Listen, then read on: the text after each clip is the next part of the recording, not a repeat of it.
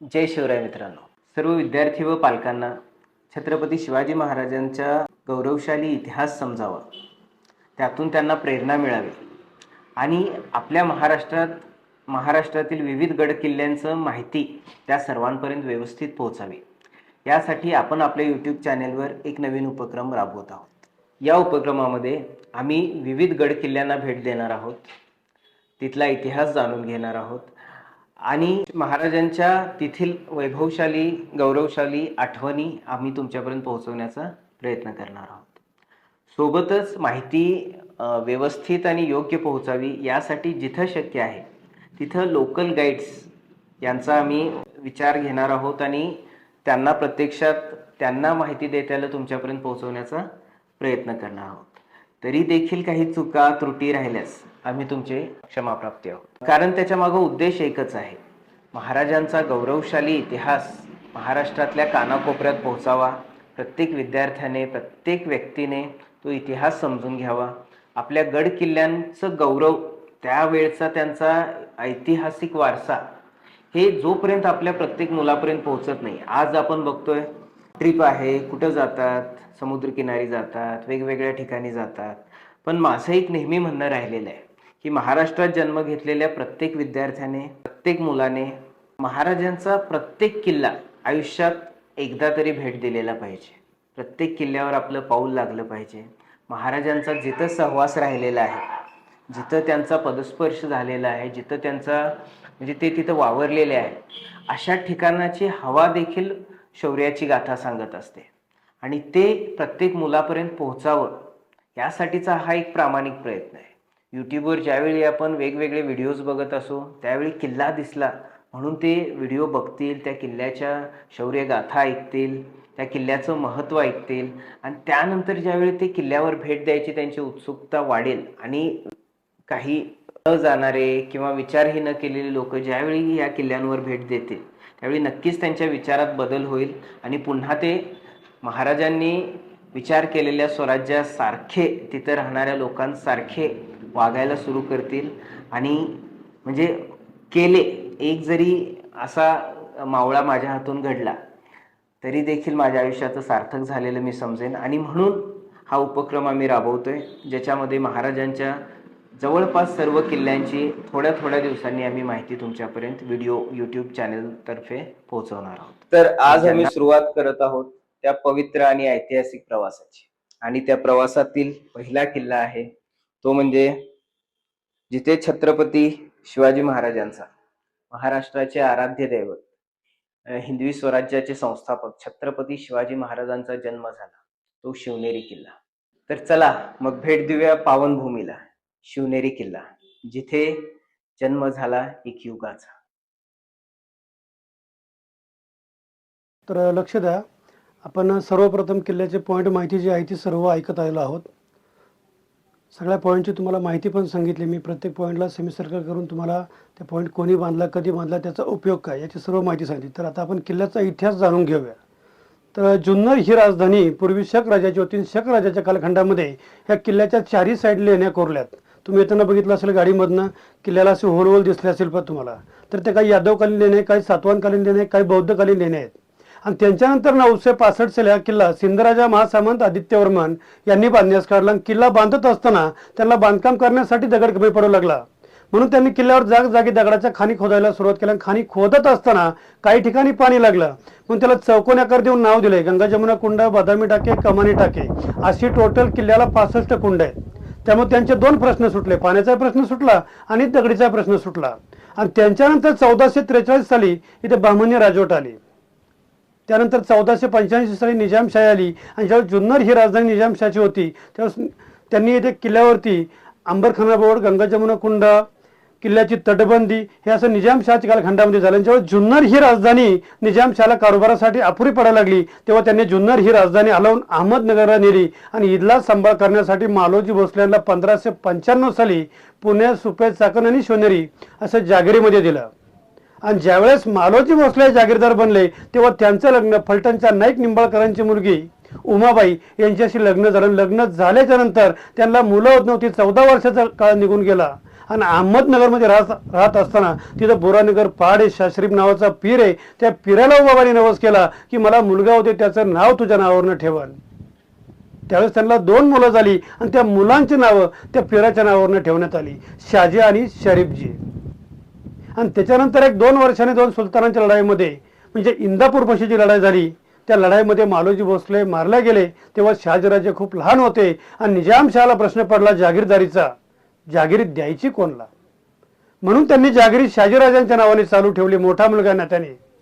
आणि त्या जागिरीचा सांभाळ करण्यासाठी विठोजी भोसले यांना त्या दरबारी ठेवलं. विठोजी भोसले आणि मालोजी भोसले ही बाबाजी भोसले यांची 2 मुलं हे त्या दरबारी जागीरीचा सांभाळ करत असताना जेव्हा शहाजीराजे मोठे झाले, जागीरदार बनले, तेव्हा त्यांचं लग्न निजामशाहच्या दरबारी मानसदार असलेले सिंदखेडचे लखुजीराव जाधव यांची मुलगी जिजाबाई आणि शहाजीराजे यांचं लग्न रंगपंचमीच्या दिवशी झालं. 1605 साली दौलताबादचा देवगिरी किल्ला आहे, तिथं पायथ्याला वेरो म्हणून गावे, तिथे लग्न झालं. लग्न झाल्याच्या नंतर निजामशहाने एक दिवस दरबार भरवला आणि त्या दरबारामध्ये सगळे सरदार लोक घोडे हत्ती घेऊन बोलवले गेले. तेव्हा तो दरबार आटपल्याच्या नंतर जेव्हा ते परतीच्या मार्गावरती निघाले तेव्हा तिथे एक गोंधळ निर्माण झाला आणि त्या गोंधळामध्ये खंडगळांचा हत्ती हा पिसळला गेला. त्या हत्तीला आवरण्यासाठी त्या हत्तीचा माऊत म्हणजे जो हत्ती चालवतो, हत्ती कंट्रोल करतो, हत्तीवर नियंत्रण ठेवतो, त्याला हत्तीचा माऊत म्हणतात. तर ते प्रयत्न करत होते तरी तो हत्ती आवरेना. शेवटी लखुजीराव जाधवांचा मुलगा दत्ताजी जाधव हे पुढे सरसवले आणि त्या हत्तीला आवरण्यासाठी त्या हत्तीच्या सोंडेवर तलवार मारली. तेव्हा तो हत्ती चिर चिर ओरडून खाली कोसळला. त्यास विठोजी भोसलेंचा पहिला मुलगा संभाजी, हा पहिला संभाजी. इतिहासामध्ये 3 संभाजीराजे आहेत. हे पहिले संभाजीराजे दत्ताजी जाधवांना थोडं तिथं हिणून बोलले. तेव्हा दत्ताजी जाधवांना राग आला आणि ते संभाजीराजांवरती तलवार घेऊन धावले. तेव्हा तिथे संभाजीराजांचा नाईलाज झाला आणि त्यांच्या हातून दत्ताजी जाधव तिथं मारले गेले. तेव्हा तिथं पुत्र सुडगवण्यासाठी लखुजीराव जाधवांनी संभाजीराजांना मारलं आणि तिथनं पुढे जाधव भोसल्यांचं वैर निर्माण झालं. आणि वैर झाल्याच्या नंतर शहाजीराजांनी निजामशाही सोडून दिली आणि आदिलशाहीमध्ये प्रवेश केला. त्यावेळेस आदिलशहाने शहाजीराजांना आनंदी होऊन सर लष्कर किताब बहाल केला. त्यावेळेस त्यांचं वास्तव्य मुंबईमध्ये शापूरच्या पुढे ठाण्याच्या अलीकडे माऊलीगड, त्या माऊलीगडावर राहत होते. आणि तिथे राहत असताना निजामशाही लखुजीराव जाधवांना सांगितलं की शहाजीराजांना कैद करून आणा, काट्याने काटा काढायचं ठरवलं. आणि त्यावेळेस जिजामाता तिथे गरोदर होत्या. तेव्हा शहाजीराजांना प्रश्न पडला की सासरे आपल्याला कैद करायला आलेत, जरी सासरे असले तर सैन्य निजामाचं आहे, त्यामुळे जिजामातेला सुरक्षित ठिकाणी ठेवायचं कुठे. तेव्हा त्यांना 2 किल्ल्यांची आठवण झाली होती, एक दौलताबादचा देवगिरी किल्ला आणि एक शिवनेरी किल्ला. तर दौलताबादच्या देवगिरी किल्ल्यावर त्यांचा 2 वेळा पराभव झाला होता, 2 वेळा हरले होते. त्यामुळे त्यांना तो असुरक्षित वाटू लागला. म्हणून त्यांनी तो किल्ला नाकारून हा एक शिवनेरी किल्ला निवडला. हाच किल्ला का निवडला असेल तर पहिली गोष्ट अशी की हा जो किल्ला आहे हा जागिरीमध्ये चालत आलेला किल्ला आहे, कोणी जिंकलेला किल्ला नाहीये. दुसरी गोष्ट अशी किल्ल्याच्या 4ही साईडनी डोंगर आहेत, मध्ये किल्ला आहे. शत्रूला समजू शकत नाही की डोंगर कोणता आणि किल्ला कोणता. आणि जरी समजलं तर त्यांना लढाई करण्यासाठी तोफा गोड्या हत्तीवर आणावं लागेल. तर पहिली गोष्ट किल्ल्याच्या दोन्ही साईडनी 2 नद्या वाहतात. इकडनं मीना नदी, वडस धरण, बॅक साईडनी कुकडी नदी, माणिकडोह धरण. तर या नद्या पहिल्या पार करून यावं लागेल. नद्या जरी पार करून आले तर त्यांना 7 गेट पार करावं लागेल. आणि गेट बद्दल मी तुम्हाला काय सांगितलं, एक छोटा एक मोठा, एक छोटा एक मोठा गेट आहे. सगळे सेम गेट नाही, प्रत्येकाचा आकार वेगवेगळा आहे आणि ते वेगवेगळ्या कालखंडामध्ये बांधण्यात आलेले आहेत. त्यामुळे तोफाईवरती येऊ शकत नाही. आणि जरी सैन्यावरती आलं तर त्यांना लढाई करण्यासाठी जी जागा पाहिजे ती या किल्ल्यावर उपलब्ध नाही, कारण किल्ल्याला 4ही साईडनी उतारी भाग आहे. मला एक सांगा, तुम्ही कोणता किल्ला बघायला आलात? हे नाव कसं पडलं? इथल्या मंदिराच्या ह्याच्यावरून शिवाई नावाचं मंदिर आहे. शिव म्हणजे काय? शंकर. शंकर 2 शब्द समान आहेत, नीर आणि नेरी. नीर म्हणजे कन्नड मध्ये पाणी आणि नेरीला संस्कृत मध्ये दुर्ग किंवा गड म्हणतात. मग शिव म्हणजे शंकर, नेरी म्हणजे गड. शंकराच्या पिंडीसारखा दिसणारा गड म्हणजे शिव नेरी. कारण या किल्ल्याच्या 1 किलोमीटर लांब तुम्ही अंतरावर गेलात 4ही बाजूनी आणि तिथनं जर किल्ला तुम्ही पाहिला तर तुम्हाला किल्ला शंकराच्याच पिंडीसारखा दिसणार आहे. लक्षात येतंय? त्यामुळे हा किल्ला लढाईच्या दृष्टिकोनातून सगळ्यात अवघड आणि चढण्याच्या दृष्टिकोनातून सगळ्यात सोपा किल्ला आहे. म्हणून शहाजीराजांनी जिजामातेला दारून ठेवायचं ठरवलं. या किल्ल्याला चोरवाटे, आपण शिवकुंज बघितलं, तिथनं जर डाव्या साईडला गेलं तर तिकडे एक कडा आहे. त्या कड्याला एक क्रॉसमध्ये पायऱ्या आहेत, त्याला सकळदंडाचा मार्ग म्हणतात. म्हणजे एका वेळी एकच माणूस तिथनं वर चालू शकतो, तिकडनं डबल माणूस चालू शकत नाही. त्यामुळे तिकडनं 100 सैन्य जरी आलं तर वरचा एक मावळा 100 सैन्य मारला, अशी ती जागा आहे. तशीच त्या माऊली गडालाही चोर वाट होती. तिथनं ते चोर वाटेने जिजामातेला घेऊन निघाले, थेट ते जुन्नरमध्ये आले. त्यावेळेस या किल्ल्याचे किल्लेदार विजयराव सिदोजी विश्वासराव, काय नाव सांगितलं मी? सिदोजी विश्वासराव या किल्ल्याचे किल्लेदार होते. आणि त्यावेळेस हा किल्ला आदिलशहाच्या ताब्यामध्ये होता. त्यांच्या ताब्यामध्ये जिजामातेला दिलं शहाजीराजांनी. कारण हे जयंतीचे वडील होते, 2 नंबरचे संभाजीराजांचे सासरे होते आणि शहाजीराजांचे व्याही होते आणि नावाप्रमाणेच विश्वास होते, म्हणून त्यांच्या ताब्यामध्ये दिलं. सोयी संबंधातले होते, त्यांच्या ताब्यामध्ये जिजामातेला दिलं. आणि शहाजीराजे पुन्हा तंजावरला कर्नाटकमध्ये निघून गेले. आणि किल्ल्यावरती येत असताना गडावर राहिल्या जिजामाता. आणि राहिल्याच्या नंतर तिथे शिवाई मंदिरामध्ये गेल्या आणि तिथे जिजामातेने शिवाई देवीला साकडे घातलं. नवस बोलले की आई आंबे जगदंबे, मला असा बा जन्माला घाल, असा पुत्र जन्माला घाल की तो हिंदवी स्वराज्य स्थापन करून न्याय बहिणीची लाज राखीन. असा बा जन्माला घाल, त्याचं नाव तुझ्या नावावर न ठेवलं जाईल. असा नवस बोलून आले. आणि इथे या वाड्यामध्ये जिजामाता राहत असताना जिजामातेला जो मुलगा झाला, जो पुत्ररत्न प्राप्त झाला, त्या बाळाचं नाव त्या देवीच्या नावावरनं काय ठेवण्यात आलं? शिवबा. आज शिवाजी म्हणतात, शिवाजी महाराज. तर जो जी शब्द आहे तो नंतर आदरणार्थी वापरलेला आहे. शिवाईचं जर ई खोडलं, जिजामाता बाळाला काय म्हणून नाव नाही मारायच्या? शिवबा. हा जो आहे हा इतिहास आहे. म्हणजे हा गड कोणी बांधला आणि जिजामातेला इथेच का आणून ठेवला? आलं तुमच्या लक्षामध्ये? थोडंसं दारांची पण माहिती सांगा की प्रवेशद्वाराची. तर आपण जे गेट बघत आलो, तर तुम्हाला मी मगाशी सांगितलं ते वेगवेगळ्या कालखंडामध्ये बांधण्यात आलेले आहेत. त्याला नावं जी आहेत ती शासनाने नंतर दिलेली आहेत. तर त्या दरवाजांची रचना अशी आहे की एक छोटा एक मोठा, एक छोटा एक मोठा. त्यामुळे तोफ एका दरवाज्यातनं जरी पार झाली ती दुसऱ्यात अडकेल, दुसऱ्यातनं जरी पार झाली तिसऱ्यात अडकेल. तर त्या दरवाजांची रचना त्या पद्धतीने. वरती आल्याच्या नंतर आपण अंबरखाना बोर्ड बघितला. अंबरखाना म्हणजे एक भव्य इमारत आहे. अंबरखाना म्हणजे घोड्या हत्ती बांधण्याचं ठिकाण म्हणतात काही जण, तर ते नाही. ते 1485 साली निजामशाह कालखंडामध्ये धान्य ठेवण्याचं कोठार आहे. आपल्या घरी कणगी असते बघा धान्य साठवण्यासाठी, तसे त्याला वरनं होल आहेत आणि खालनं धान्य काढून घेण्यासाठी जागा आहे. तर ते होल आपण बारकाईने बघितले, तिरकस होल, स्टेट होल नाही आहेत, जेणेकरून येणारी जी हवा आहे ती आतमध्ये खेळत राहील, आतलं धान्य कुजणार नाही, अशी त्या होलची रचना आहे. आणि त्या इमारतीवर पूर्णपणे दगडी स्लॅब आहे.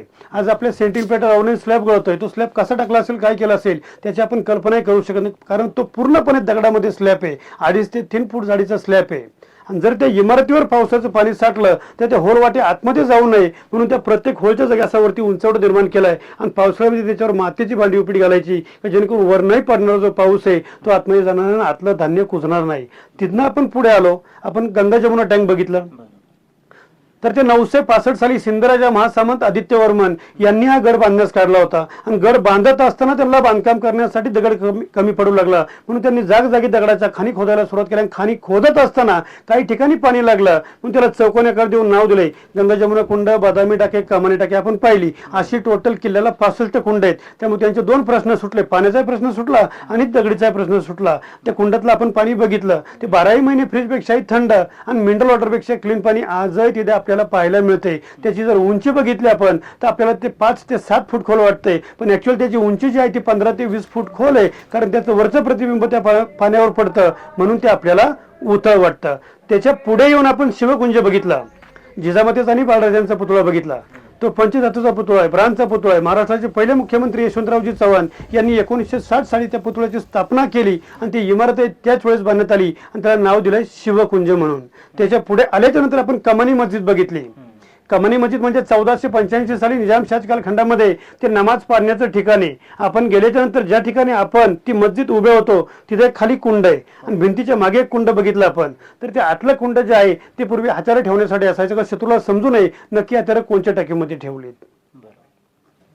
त्याच्याही आपण पुढे आलोत. आपण शिवजन्मस्थानाची इमारत बघितली, त्याच्या बॅक साईडला एक वाडा बघितला आपण, हमामखाना म्हणतात त्याला, पडलेल्या अवस्थेमध्ये, अर्ध्या अवस्थेमध्ये आता तिथे. तर तिथे महाराजांचं आंघोळ करण्याचं न्हाणीगृह मी तुम्हाला दाखवलं, बाजूला पाणी तापवण्याचं चुलंगणही अजून दाखवलं. जसं आपण आज बाट टप तयार करतो बाळाला आंघोळीसाठी, प्लॅस्टिक टप, तसं आतमध्ये तिथे दगडी टप पण आहे. आणि बाजूलाच एक थंड पाण्याचा शावर आणि गरम पाण्याचा शावर तिथे तशी सिस्टम करून दिलेली आहे, त्या पण मी तुम्हाला सुविधा दाखवल्यात. आतमध्ये गेल्याच्या नंतर आपण नक्षीकाम बघितलं बारीक. आज आपलं सिमेंटवर पण नक्षीकाम एवढं बारीक करता येत नाही, तर ते पूर्ण चुनागुळ किंवा चुना शिस याच्यामध्ये ते बांधकाम केलेलं आहे. आणि नक्षी पण त्याच्यावर किती सुरेख काढलेले ते आपण बघितलेले. त्याला वरनं अजून पण आहे त्या पद्धतीमध्येच आहे.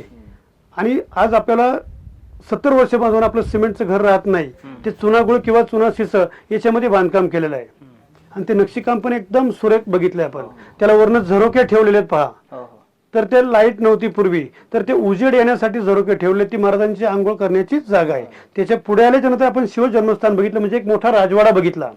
तर याच्या चारही कोपऱ्याला 4 इमारती होत्या. ज्यावेळेस महाराजांचा जन्म झाला त्यावेळेस, जन्म झाल्याच्या नंतर या 3 इमारती पूर्णपणे पडल्या गेल्या आहेत. आणि ही जी आत्ता बघितली आपण, ही अर्ध्यावर स्थितीमध्ये पडल्या गेली. याच्या बॅक साईडला मध्ये लाकूड टाकले बघा, ते दाखवले मी तुम्हाला. तिथनं जो वरचा भाग आहे तो 1925 साली करवीर छत्रपती आणि भास्करराव जाधव मुंबईचे शिक्षणाधिकारी यांनी ती इमारत बांधून घेतलेली आहे. लाकडापासून खालच्या दगडांचं झीज झालेली दिसते, हे मी तुम्हाला दाखवलं. लाकडापासून वरच्या दगडांची झीज झालेली नाहीये. आणि त्याच्या आतमध्ये पाळणा आणि पुतळा जे आहे ते मराठा सेवा संघाचे अध्यक्ष पुरुषोत्तमजी खेडेकर यांनी बसवला. त्याला राजवाडा म्हणतात. काय म्हणतात? राजवाडा. आणि वरती गेल्यानंतर त्याला पायऱ्यात वरती जायला दिवाणखाना म्हणतात. म्हणजे जिजामात्यांनी जे रामायण महाभारत ज्या गोष्टी आहेत महाराजांना, त्या वरच्या त्या दिवाणखान्यात बसून सांगितलेल्या आहेत. आणि तिथे गेल्याच्या नंतर आपल्याला आपल्या घरामध्ये आपण जसा एसी बसवतो त्याच्याही पेक्षा तिथे थंड वाटेल. म्हणजे तो नॅचरल एसी आहे एक. की अशी पूर्ण माहिती मी तुम्हाला सांगितली. याच्यामध्ये काही प्रॉब्लेम असेल तर तुम्ही मला विचारू शकता. कडेलोट पॉईंट म्हणजे आज आपण तुम्हाला दाखवलं मी जाऊन. आज आपण टोटल 9 गेट सांगितले मी तुम्हाला. तर त्या गेटची हाईट जी आहे ती 2.5 ते 3 फूट ठेवली. आपण गेट जे बघत आहोत त्याची 5 आहे, 7 आहे, 8 आहे, 9 आहे, 10 आहे, 15 आहे, 20 पर्यंत हाईट आहे. आणि त्याची 2.5 ते 3 फूट ठेवली. ठेवण्याचं कारण असं की तिथे आपण गेलो, तिथे वाकून गेलो की स्ट्रेट मध्ये गेलो? वाकून माणसाला जास्ती पळता येतं की स्ट्रेट माणसाला जास्ती पळता येतं? मग ज्यावेळेस कैदी आतमध्ये नेला जातो त्यावेळेस त्याला तिथनं खाली ढकलायचं असतं. तर पुढे जी सेमी सर्कल सारखी आडवी भिंत बांधलेली, आता ती मुलांच्या लोकांच्या सोयीनुसार शासनाने बांधलेली. पूर्वी स्ट्रेट ते ओपनली होतं, तिथनं त्या कैद्याला ढकलायचं असतं.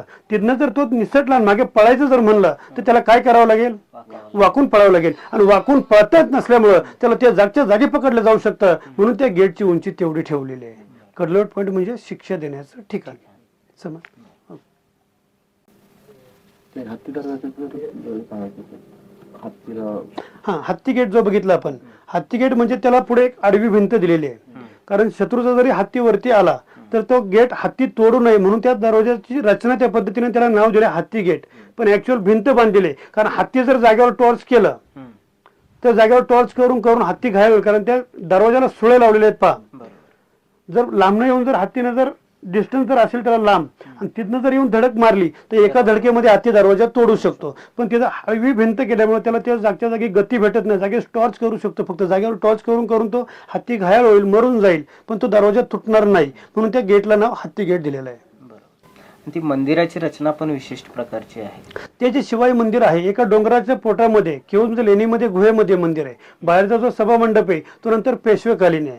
तर त्या लेणीमध्ये त्या गुहेमध्ये पार्वती माता ध्यानस्थ बसल्या होत्या. समोर 65 किलोमीटर भीमाशंकर आहे. भगवान शंकराची आराधना करत असताना, ध्यान करत असताना भगवान शिवशंकर पार्वती मातेला प्रसन्न झाले. म्हणून पार्वती मातेने शिवाई देवी स्वरूप धारण केले. पुढे जो मुखवटा दिसला आपल्याला, तांदळा मूर्ती म्हणतात त्याला, स्वयंभूलिंग म्हणतात. आणि मागं जी साडी घातलेली मूर्ती आहे, हा गड ज्यावेळेस महादेव कोळ्यांच्या वर्चस्वाखाली होता त्यावेळेस महादेव कोळ्यांनी उत्सव देवी म्हणून त्या देवीची स्थापना केलेली आहे. नवरात्रामध्ये 9 दिवस तिचा कार्यक्रम चालतो. नवरात्रामध्ये उत्सव साजरा केला जातो. त्या देवीला नटवले जाते, सजवले जाते, तिचा उत्सव साजरा केला जातो. म्हणून तिला उत्सव देवी म्हणतात. कारण मुखाला साडी नेसवता येते का? नाही. दागिने घालता येतात का? नाही. तर मग शिवाई देवी कोणती आणि उत्सव देवी कोणती हे तुमच्या लक्षामध्ये आलं?